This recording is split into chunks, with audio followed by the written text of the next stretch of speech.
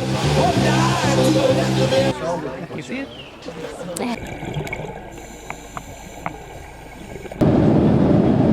Hi guys, I'm actually on a plane right now, and you can see there's a Alaskan glacier. There's this one big, wide area that you may think it's a road, but it's actually not. It's probably just like a big landscape of mountain. Hello, welcome to the Alaskan cruise video blog. Basically, we're exploring the Alaska area, going to Anchorage, Skagway, Juneau, a bunch of places, and then at the end we'll go to Vancouver. We took the flight from Toronto, and we stopped by Chicago, and then we flew directly to Anchorage. So right now this is where we are.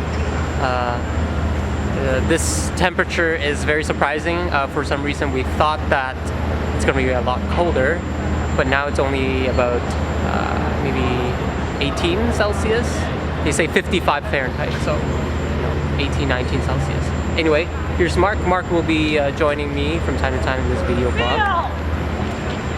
Anyway, so right now we are at the airport and we're just looking for transportation to hop into the Princess Cruise.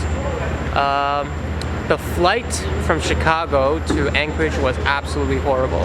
It was about a 6-hour flight and there is absolutely no entertainment. You pretty much have to pay to DirecTV to watch any kind of movies or TV shows, and there was like sports like Wimbledon, but you have to pay, so no thanks. Anyway, we'll give you more detail later on. Hi! Right now we are at the Princess Cruise at a city called Whittier, or Whittier.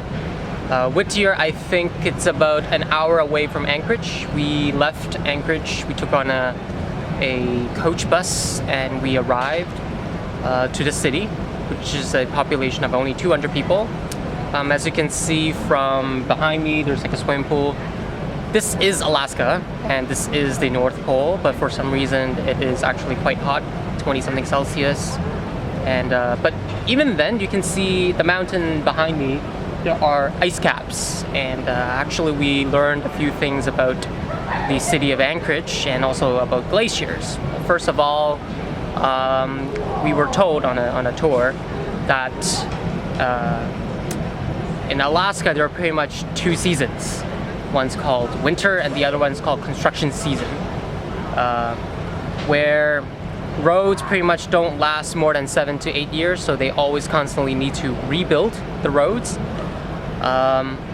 If the government or the city knows that there's going to be an avalanche coming in, they actually close down the entire road, and they will have military artillery and then fire off to make sure the glacier ice will actually fall down, and then they will clean up and then reopen so that it's much more safer for the cars to drive in.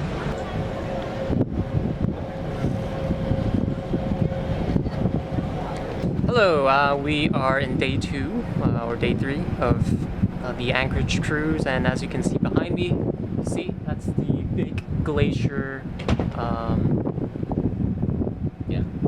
almost like iceberg. Give you a better looking one right here. This is how it looks like. There are a lot of people taking pictures.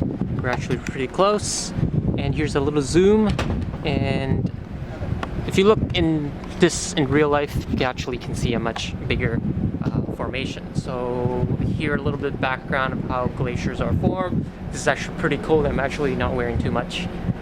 First thing is that when winter is here, basically all the ice and the snow will fall on top of the mountain at least 40 feet every single summertime. The top 20 feet will melt, but the bottom 10 feet is still there, and basically it crushes into the sediments, and then for tens of thousands of years, that's how ice build up, and now you have this much of a mass.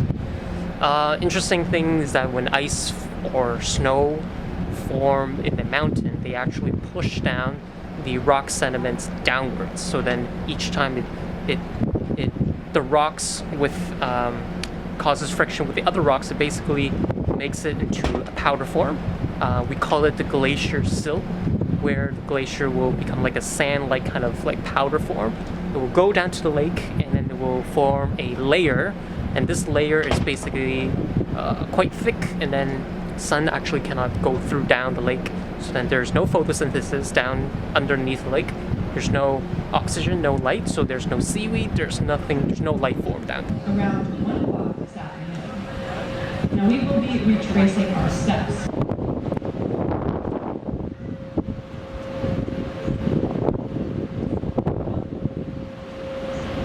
Hi guys, right behind me is Marjorie Glacier. We're at the end of Glacier Bay. This thing is about 1 mile wide, 250 feet high, and 100 feet sea level below. It's actually pretty beautiful. You can see some of the glacier. It's blue in color, and the reason why it's blue because when sun shines through the glacier, the longer wavelength, which is red in color, is absorbed. But then the blue, which is the shorter wavelength, is actually reflected back to our human eye. So that's why you can see it's blue. If you keep going that further, it's British Columbia. Hopefully we can set foot on one of those glaciers later on in other days. Here they used to have like a lot of like blue whales down in the ocean in this Glacier Bay, but unfortunately I think a few years ago there was like a 6 Richter scale earthquake, and that's why they used to have like at least 40 whales, and they're all gone. So now we don't see them anymore, but we're gonna see other glaciers like hopefully later today. But yeah, at least you get to see a peek of this massive glacier behind me.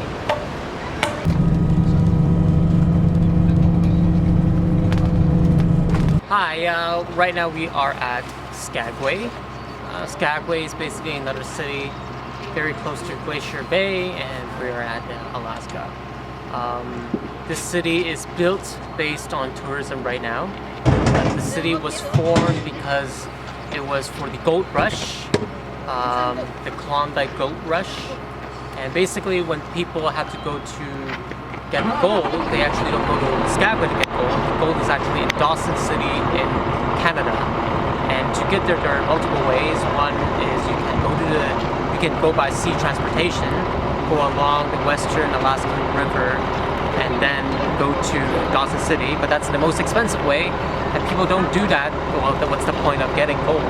So another way to do it is to go to this city called Skagway City and go on this thing called the White Pass Trail, which they can get. The terrain is not steep, so that horses can go along it and they can get gold. Right now, Skagway population during winter is about 300 people, but during the summer seasons it can be more up to 3,000 people because of seasonal worker based on tourism. So right now we're at the valley, and later on we're going to see the Yukon suspension bridge. We're very, very close to the Canadian border. This valley that we're passing off to our right was part of the White Pass Trail. As you may have guessed, we are at the Yukon suspension bridge. You can see from all the surrounding areas. We are about 100, and this is 65 feet high. The bridge itself is 180 feet wide, and it's called the Yukon suspension bridge, but really we are in British Columbia. But people who built this bridge are people from the Yukon. So for traditional reasons, they call this the Yukon suspension bridge. In fact, when we pass by the Canadian border, they also put on not only the Canadian flag, but also the Yukon flag, even though it's actually in British Columbia. So this is a pretty good, nice view. The bridge itself is a lot more safer than the one in Vancouver suspension bridge, but it's still a pretty nice view, and yeah, we're just gonna enjoy it here. Hi, we're back to USA, where we left the Canadian border. Right now we are at Liarsville in Alaska. It is very close to the city of Skagway, and the reason why this place is called Liarsville is because back in the day, when people wanted to go for the gold rush, they need to cross the Canadian border, which they need to bring about 2,000 pounds of supplies. Otherwise, the Canadian government won't let the people to go for the gold rush. But in order to meet this requirement, they need to bring a lot of supplies just to hike the trail to go to Dawson City for gold. When the reporters want to go to Dawson City to report that they do witness gold rush, but as soon as they realize that it's very difficult to hike to that place, they decide to camp here and they make up stories by using their typewriter and say how easy it is just to go to Dawson City and how much gold they find. So sooner or later, a lot of people were tricked by this fact, and then they came to the place and realized it's difficult and there isn't much of a gold. Therefore, when they see the reporters are in the city, they call this Liarsville because all reporters are liars. And your name is Maria. Yes. Yes. Okay. And you're Travis. Yes. And you're gonna be sitting up. So I'm gonna be putting it in. This has like kind of a loop. So it's almost like you put it in to kind of hang. So in case it falls out, it's gonna hang and not. We're at Juneau right now, and we basically drove. We hopped onto a truck, a van, and took us about an hour to go to the start of the Mendenhall Ice Cave trail. And we're going to hike. We just put on some of the crampons that you can see from the video. We also have ice axe. You can see from behind me, there's like a big axe right here. We have backpacks, we have water, we have some food. Looks like it's gonna be a very warm hike, but either way, I have layers because the tour guide basically told us that inside the cave there's a 10 degrees Celsius difference. Later, just being a really nice day. It's pretty common that a lot of these winds come off the glacier, and this could be like a 2-foot chop.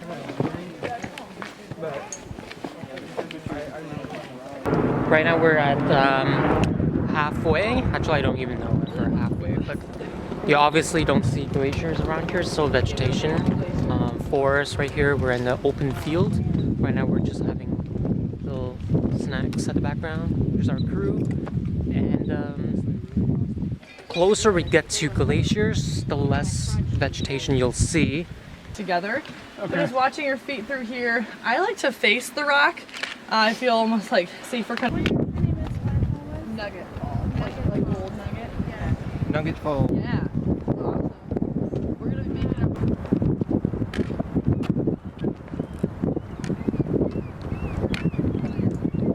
It's very loose. Okay. If you get off of our packed down trail, it's like walking down a sand dune. Everything's just gonna slide out from under. So we're still very close to the glacier. The glacier, as you can see, is right here.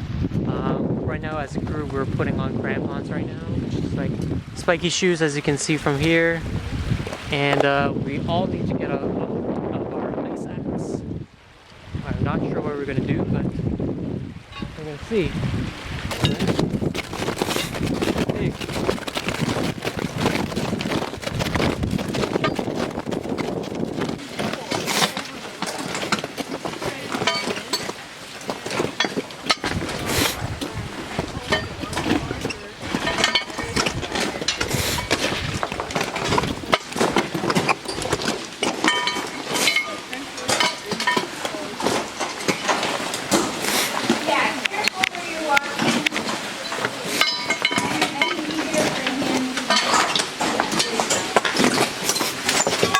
Oh, careful.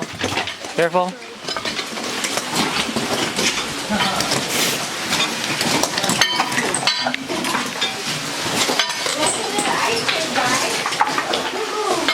Feel free to poke around.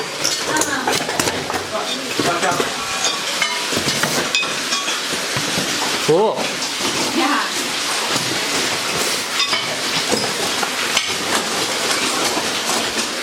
It's the ice cave. Mendenhall Ice Cave. It's pretty cool. It's blue inside, and we're inside the cave, but everything is like cold, but it's also melting because it's also way about late summer. And yeah, there's cool pictures you can take right here.